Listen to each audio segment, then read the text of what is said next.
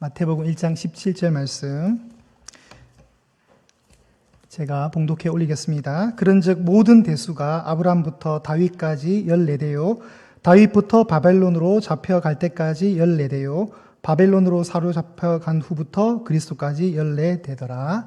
아멘. 식사하셨습니까? 제가 청년부 때 주로 담임 목사님이 오후 예배를 인도하셨어요. 길었을까요? 짧았을까요? 그러다 이제 부목사님들이 설교를 하세요. 그럼 되게 성도들이 좋아했어요. 청년들도 좋아하고. 왜 그랬을까요? 그렇죠. 그래서 이제 저도 눈치가 있기 때문에 길게 하지 않겠습니다. 자, 우리 옆에 분 이렇게 격려해 주십시오. 정신을 잘 챙기십시오라고 해 주십시오. 이제 정신줄 놓아버리면 본당은 따뜻하지요. 밥은 먹었지요. 목소리는 뭐 쌩쌩하지 않죠. 그러니까 이래 꺼지면 이제 주님의 임재 안으로 이래 들어갈 수 있으니까 정신을 바로 챙기셔서 오늘 말씀을 잘 들으시길 바랍니다. 조금 어렵습니다. 어렵지만 정신을 단디 챙기시고 PPT 띄워주세요. 자, 여러분에게 이제 가볍게 퀴즈를 하나 내겠습니다. 어떻게 읽어야 될까요? 정용만으로 읽으면 됩니다. 그죠? 자, 어떻게 읽을까요? 네, 김현철로 읽으면 됩니다. 나중에 커피 한 잔 사드릴게요. 그 다음, 어떻게 읽을까요? 네, 서범석 맞습니다.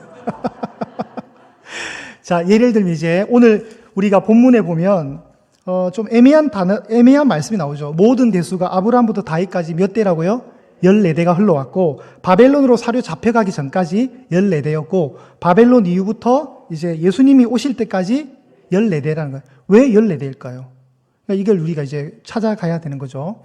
자, 만약에 여러분, 우리 한글의 자음, 기역, 니은, 디귿, 이 한글의 자음에 숫자를 한번 매겨본다고 가정을 해볼게요. 실제 그렇지는 않습니다. 숫자를 가정해서 이렇게 매겨보면, 자, 기역은 1이 되겠고, 미음은 뭐 5가 된다고 이렇게 전제하고, 그 다음에 볼 때, 뭐, 치읓이 10이 되고, 키읔이 70이 되고, 마지막 히읗이 100이 된다고 숫자를 매겨보자는 거예요. 그러면은, 정용만은 이렇게 되는 거예요. 지읒에 9가 배치가 되어 있고, 이응에 8이 약속이 되어 있단 말이죠. 미음에 5가 되었기 때문에 21이라는 숫자가 나와요. 그래서 정용만을 암호로 표기하면 숫자로 어떻게 될까요? 21이 되는 거예요. 옛날에. 자, 김현철 목사님은 아주 숫자가 화끈해요. 111이에요. 그래서 앞으로 이제 111 목사님이라 부르시면 이제 우리끼리는 통하는 거예요. 김현철 목사님의 암호 숫자는 111입니다. 자, 우리 서범수 장로님은 20이 나오더라고요. 자, 그렇다고 이제 뭐 여러분도 왜 나는 없지? 이렇게 하지 마세요. 네. 그냥 예를 든 거예요. 그래서 오늘 우리가 읽었던 이 이야기는 족보의 이야기란 거죠. 족보. 우리 1장 1절 한번 크게 읽어볼까요? 시작. 아브라함과 다윗의 자손 예수 그리스도의 계보라. 예전에는 이제 족보라고 나왔죠. 근데 실제 이 구절은 어떻게 읽어야 되냐면 그리스도 예수의 족보인데 다윗과 아브라함의 자손이라 이렇게 읽어야 돼요. 실제로는. 우리가 창세기 1장 1절에 보면 태초에 하나님이 천지를 창조하시니라 이렇게 네 개의 어떤 뭐라 해야 되죠 이걸?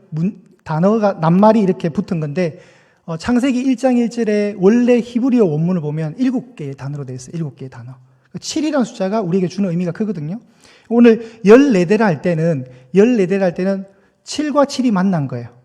7과 7이 만나서 어떻게 됐죠? 14가 되었고 이 14가 3번 반복된 거예요. 14대. 그러니까 또 완전수가 3이라는 거죠.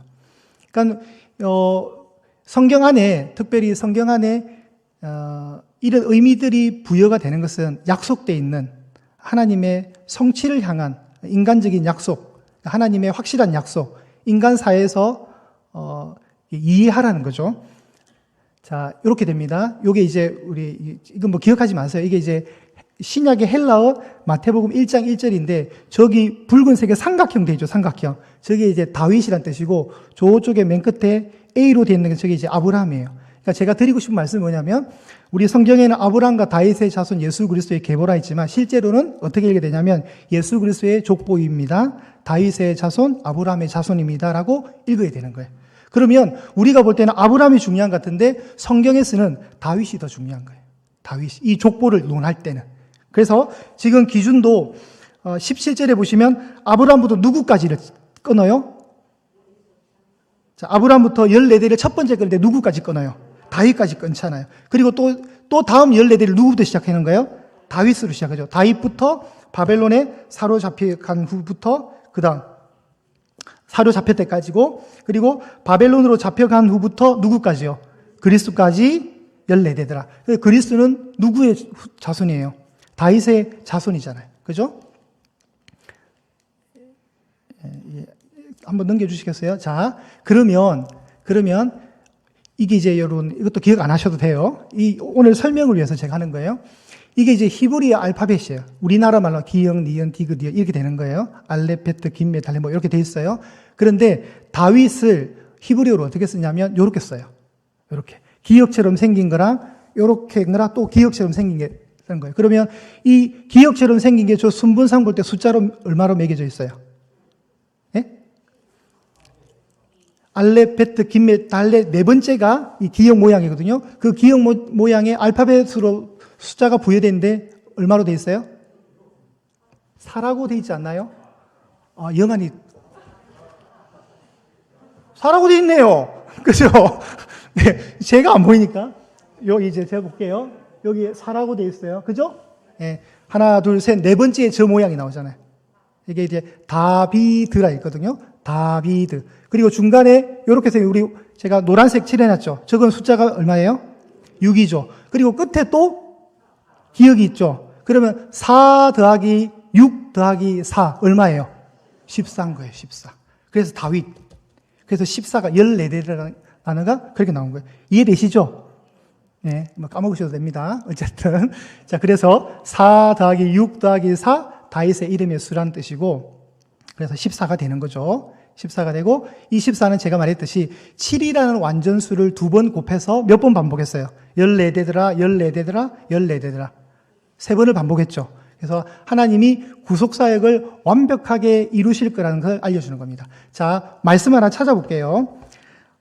이사야 9장 6절을 한번 찾아보겠습니다. 이는 한 아기가 우리에게 낳고 한 아들을 우리에게 주신 바 되었으되 그의 어깨에는 정사를 메었고 그의 이름은 기묘자라 모사라 전능하신 하나님이라 영존하시는 아버지라 다 함께 있습니다. 평강의 왕이라 할 것임이라.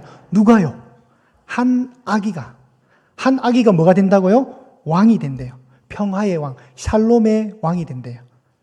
이게 이제 이사야가 예언한 한 아기예요. 한 아기.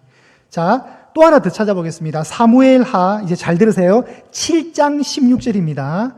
사무엘하 7장 16절. 474면에 있습니다.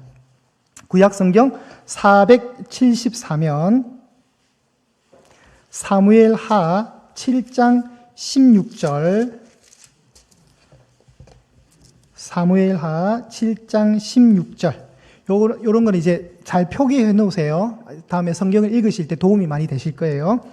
하나님이 나단을 통해서 다윗에게 이제 복을 내리시는 거죠. 다윗 언약이 여기서 나오는데 7장은 굉장히 중요한 장이에요. 사무엘하 7장은 굉장히 중요한 장이고 하나님의 신탁이 있습니다. 자, 7장 16절에 한 목소리 읽겠습니다. 시작. 내 집과 내 나라가 내 앞에서 영원히 보존되고 내 왕위가 영원히 견고하리라 하셨다 하라. 요때 너의 집, 너의 나라 누구예요? 다윗이에요. 다윗 너의 집과 다윗 너의 나라가 내 앞에서, 하나님 앞에서 어떻게 해요? 영원히 보존되고 너의 왕위, 다윗 너의 왕위가 영원히 견고하게 된다는 거죠. 그런데 다윗이 왕으로 있던 이스라엘은 멸망했습니까? 안 했습니까? 멸망을 했단 말이죠. 그럼 이 약속이 엉터리가 되잖아요. 영원히 보존하신다 해주셨는데 다윗의 왕위를 영원히 지켜주신다 했는데 나라가 망했단 말이죠. 그럼 이게 어디로 흘러가야 된다는 거예요? 다윗에게 흘러가는 게 아니라 예수님께 흘러가야 된다는 예언이 되는 거예요. 자, 하나만 더 찾아보겠습니다. 여기서 내 왕위가 영원히 견고하리라. 왕위를 견고하게 하시는데요. 자, 누가복음 1장. 자, 요것만 찾으면 이제 안 찾아도 됩니다. 누가복음 1장 31절과 32절. 누가복음 1장 31절과 32절. 88면에 있네요. 88면, 86면, 87면에 이렇게 연결되네요. 누가복음 1장 31절에서 32절. 자, 우리 한 목소리로 합독해 보겠습니다. 시작. 보라, 내가 잉태하여 아들을 낳으리니 그 이름을 예수라 하라. 그가 큰 자가 되고 지극히 높으신 이의 아들이라 일컬어질 것이요 주 하나님께서 그 조상 다윗의 왕위를 그에게 주시리니. 아멘. 자, 여러분, 신약과 구약과 신약이 만나지세요? 네. 자, 아들을 낳을 것인데 이름을 뭐라 해야 돼요? 예수라 해야 되는데 그는 큰 자가 될 것이고 지극히 높으시니 누구예요? 하나님이죠. 하나님의 뭐라고요? 아들이라 일컬어질 것이래요. 주 하나님께서 그 조상 다윗의 왕권을 누구에게 준다고요? 아들 예수에게 준다는 거예요. 자, 제 말이 이해가 되세요? 그러니까 지금 계속 반복되는 건 뭐냐면 한 아기가 나올 것이고 이사야에서는 그 한 아기가 누가복음에서는 예수라고 증명이 됐죠. 예수라고 드러났죠. 이사야서에서 9장에서 예언은 그냥 한 아기였는데 여기서는 아들 예수, 그 아기가 예수라는 사실을 알게 되어 있고 사무엘하 7장에 나왔던 너의 왕위를 내가 영원히 견고하게 지켜주겠다. 하나님의 나단 신탁이 있었는데 그 왕권이 어디까지 오는 거예요? 예수님까지 와가지고 예수님이 그 조상 다윗의 왕위를 받으신 거예요. 조상 다윗의 왕위를 받으신 거예요. 그래서 예수님의 이 족보, 마태복음 1장의 이 족보에는 대표적인 인물 아브람과 다윗으로 시작하지만 아브람을 통해서는 혈통적 자손의 복을 이야기하는 것이고 중요한 인물은 다윗이에요. 다윗. 자, 마태복음 1장 한번 다시 보겠습니다. 마태복음 1장 6절을 한번 읽어주십시오. 마태복음 1장 6절. 이새는 다윗 왕을 낳으니라. 자, 여기서 보면 이새는 다윗을 낳았다 하지 않았고 뭐라고 해요? 다윗 왕을 낳았대요. 왕. 그래서 마태복음 1장에 나오는 모든 흐름들은 전부 왕권이에요. 왕권이 굉장히 중요해요. 다윗이라 하지 않고 다윗 왕을 낳았다 그랬고 그 다윗은 우리아의 아내를 통해서 솔로몬을 낳았다고 이야기를 하는 겁니다. 자, 우리가 오후 예배를 시작할 때 첫째 주, 지지난주는 설교 제목이 구원자 예수였습니다. 지난주는요, 임마누엘 예수였고, 오늘은요, 왕으로 오신 예수예요. 왕. 그래서 왕을 기억하셔야 돼요, 왕. 마태복음 1장부터 지금 흐름은 뭐냐면, 전부 다 왕, 다윗, 왕, 아브라함 후손, 다윗, 왕. 이 얘기를 끌고 가는 거예요. 그러면서 1장 17절에 모든 대수가 아브라함부터 다윗 왕까지 14대였고, 다윗 왕부터 바벨론 포로 전까지 14대였고, 바벨론 포로 이후부터 그리스도까지 14대였는데 그 그리스도에 대신 다윗이 들어가도 무관한 거예요. 그러니까 1장 17절 모두가 다윗 이야기고 그 다윗의 실체가 예수님이라는 사실을 알려주는 오늘 본문이 되는 것입니다. 이해가 되십니까? 자, 자막 한 번 더 목사님 올려주세요. 아까 그 이후의 자막을 한번 보겠습니다. 자, 이제 이 족보를 알려주는 이유는 1장 14절을 통해서 이제 준비의 시대가 다 끝났고 완성의 때가 확실하고도 완벽하게 왔다. 이 땅 가운데. 이제 준비는 끝났고 이제 진짜 예수님이 오셔서 모든 것을 완전하게 하실 것이다. 그 시대가 완벽하게 이미 준비되다가 실제로 이 역사 속에 성취되었다는 것을 암시하기 위해서 1장 14절 14대를 통해서 완벽하게 하나님 말씀을 해주시는 겁니다. 자, 아브라함까지 거슬러 올라가는 예수님의 계보를 추적하면서 자, 예수님은 누구신가? 그분의 정체성은 하나님의 약속 그 성취에 뿌리를 두는 거예요. 이건 전부 다 약속되었잖아요. 한 아기가 나올 것이고 다윗 너의 집과 네 왕권을 내가 여전히 보존시켜 주겠다. 그 모든 것을 예수님이 이루시는 거고 그럼 예수님 누가 되는 거예요? 예수님은 하나님의 아들이시자 다윗의 혈통으로 온 왕이라는 걸 알려주는 거예요. 다윗이 왕이었으니까 이 땅에 진짜 왕이 오셨다. 아브라함을 왜 언급하시냐? 모든 민족에게 복을 주실 것을 약속을 하듯이 영적 아브라함의 후손이 이렇게 늘어나는 거예요. 그리고 다윗은 영원한 하나님의 나라를 세울 것을 이미 아까 우리 약속했잖아요. 내가 네 왕위를 견고하게 해주겠다. 네 왕위를 지켜주겠다. 그러니까 아브라함이 왜 필요해요? 혈통적 숫자 때문에 그렇고 다윗의 이름을 왜 1장 1절에 언급해요? 왕권을 얘기하기 위해서. 그러면 이 흐름을 타고 예수님이 오셨으니까 유대인들 너희들은 그분을 왕으로 모셔야 된다는 거예요. 자, 마태복음이 누구를 겨냥해서 썼다 그랬어요? 제가 지난주에? 유대인들 향해 썼다죠. 로마인들, 그리스인들이 아니라 일단 유대인들 너네들이 봐라.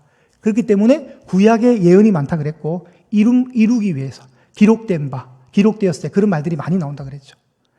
유대인들이 보면 이 1장을 보는 순간 예수님이 우리의 왕으로 오셨구나를 깨닫게 하기 위해서 이 말씀들을 썼다는 것이 됩니다. 자, 다시 반복하겠습니다. 그래서 이제 세 번을 나누는 거죠. 아브람부터 다윗까지 14대인데 그 아브람부터 다윗 가문의 그 첫 번째 시기는 여명기입니다. 이제 빛을 준비하는 거죠. 빛을 준비하는 것이고 두 번째 14대는 대낮같이 찬란한 번성기였습니다. 왜 그래요? 바벨론으로 포로로 가기 전, 멸망하기 전까지 다윗의 후손으로 전부 왕으로 있었거든요. 왕으로. 그러니까 찬란한 그 왕권 번성기를 이루었던 거예요. 그런데 바벨론을 끌려가서 이제 예수님이 오시기 3세대, 저 마지막 14대는 다윗 가문의 어떤 면에서는 쇠퇴기예요.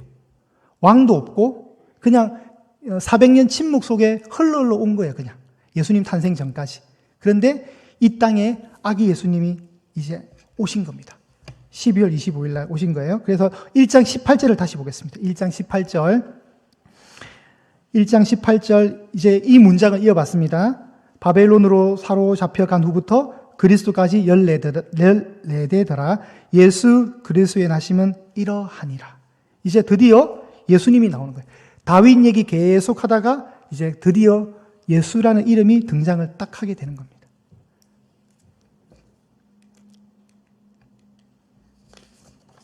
자, 어렵지 않으시죠, 이제?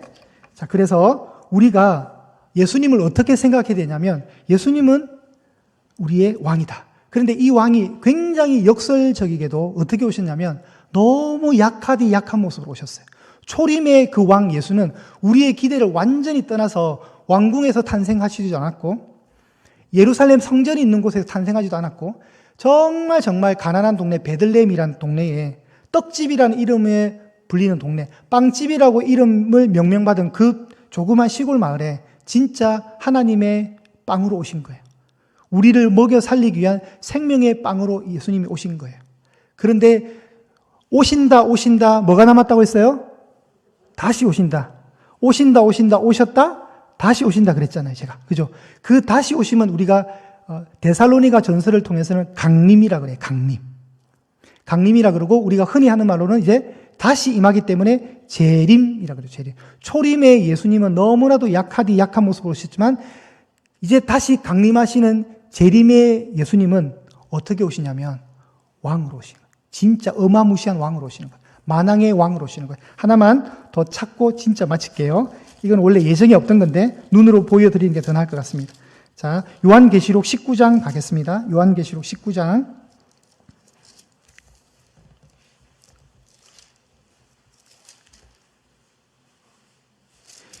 요한계시록 19장 16절 말씀입니다. 요한계시록 19장 16절 말씀.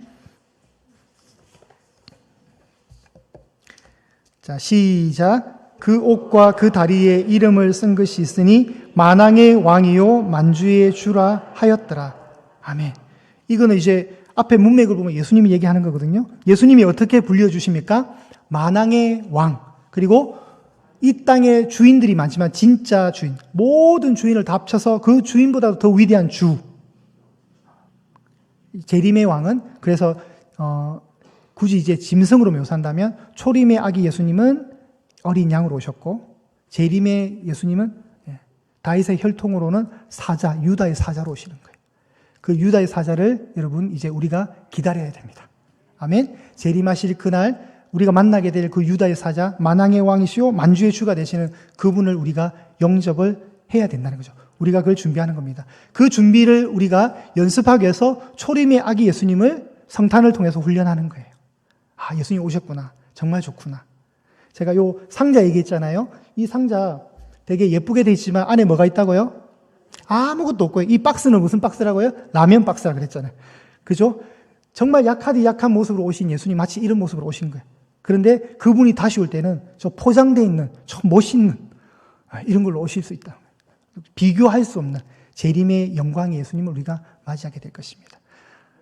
그 예수님을 우리가 12월 25일 날 기다리면 좋겠고, 실제로 예수님은 추운 겨울에 오신 게 아니라 적당한 더위가 있는 봄에 오셨어요. 그래서 밤에 양떼를 치던 목자들이 그 추운 날 양떼들에게 먹이를 먹이면 좀 이상하겠죠. 상식으로 생각해 보세요. 맞죠? 그러니까 풀이 자라고 있을 때, 봄철, 풀이 자라고 있을 때 양들을 이렇게 먹였던 그날이에요. 그래서 5월 정도로 보시면 돼요. 근데 왜 12월에 하냐? 그는 그냥 약속이에요, 약속. 그 부분에 대해서는 다음에 다시 얘기하겠지만, 그래서 예수님이 너무 추운 날 오셔서 안 됐다고 생각하지 마세요. 생각보다 따뜻한 날 오셨어요, 예수님은. 그러니까 그런 거 너무 걱정하지 마시고, 우리가 자꾸 겨울로 가니까 좀 그런데, 예수님은 생각보다 따뜻한 날에 오셨다는 거. 그런데 왕궁에서 태어나지 않고 아주 흐름한 동네, 베들레헴이라는 동네에 누일 곳이 없어서 말밥통에 안치가 이렇게 이게 딱 누운 바 되는 요람으로, 요람을 아기를 눕히는 그 요람이 말밥통이었어요. 말밥통. 낮고 천한 그 몸으로 오셨어요. 죄인을 구원하기 위해서 죄인의 몸을 입어서 오셨어요. 죄인을 구원하기 위해서 죄인의 모습으로 오셨어요. 그 예수님을 우리가 기다리며 더 사모하는 은혜가 있기를 소망합니다.